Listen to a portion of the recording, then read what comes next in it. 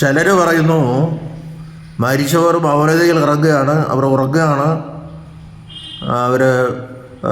അവർക്ക് ആത്മീയ ജീവനില്ല എന്നുള്ള രീതിയിലാണ് അവർ സംസാരിക്കുന്നത്. എന്നാൽ ഉൽപ്പത്തി 4:10 ഹാബേലിനെ കൊന്ന കായനോട് കർത്താവ് ചോദിക്കുന്നുണ്ട്, നിന്റെ സഹോദരൻ്റെ രക്തം ഭൂമിയിൽ കിടന്ന് എന്നോട് നിലവിളിക്കുന്നു. ഹാബേലിൻ്റെ രക്തം ഭൂമിയിൽ കിടന്ന് എന്നോട് നിലവിളിക്കുന്നു എന്നാണ് ദൈവം പറയുന്നത്. അപ്പോൾ ആ രക്തത്തിലല്ല ജീവൻ, ആത്മീയമായ ഹാബേൽ അപ്പോഴും ജീവിച്ചിരിക്കുകയാണ്.